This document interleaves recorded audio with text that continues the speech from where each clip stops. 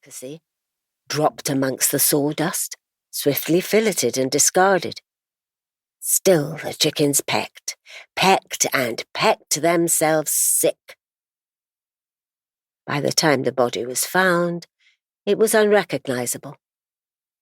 But there was no mistaking who it was.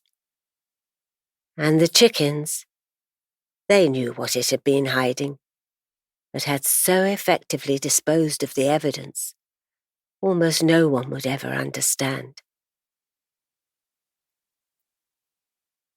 Chapter 1, Wednesday, 17th April, 1996. Just before dawn. Lola shades her eyes, chasing any shadows further down the path. The sun is just beginning its aggressive climb over the hills to the east, shooting watercolours through the sky above the sea behind her. The Mediterranean is all flirtatious languor, despite the tensions a few degrees further north, where Israel's border with Lebanon slopes abruptly beyond the kibbutz's perimeter fence.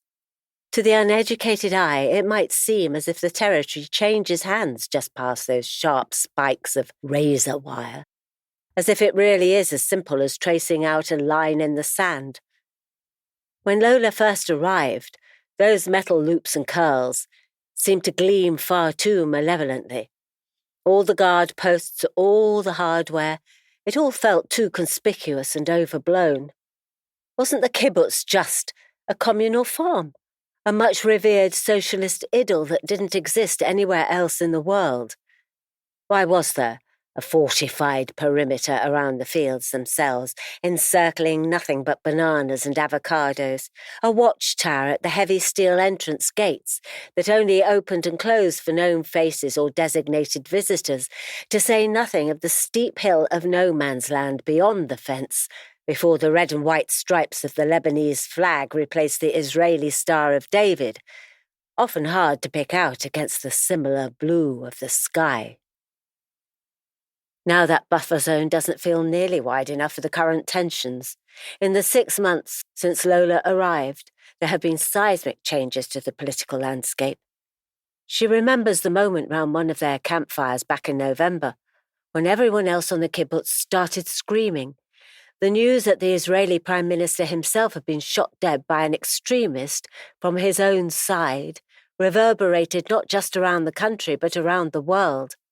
When suicide bombings returned to the streets of Tel Aviv in the spring, it turned out a kibbutznik's cousin had been one of those killed. And now, missiles have been flying into Israel from over the border in southern Lebanon for more than a week. Lola knows when this particular round started, but still can't pinpoint exactly why. There was an explanation. Some allegedly accidental deaths on one side necessitated a response from the other, and so the tit-for-tat began.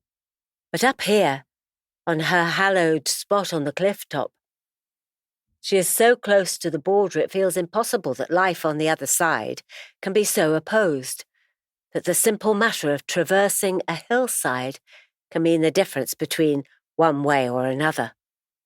Up here, with industrial-scale farming machinery positioned at every turn, the personalised trauma kits they carry at all times just seem like common sense, and not armour in case of attack. And so it follows that daily life continues on the kibbutz, albeit punctuated by the regular rush to take cover in a bomb shelter. As the kibbutz isn't just a communal farm, it's a collective way of life. A successfully functioning community can't just stop operations at will.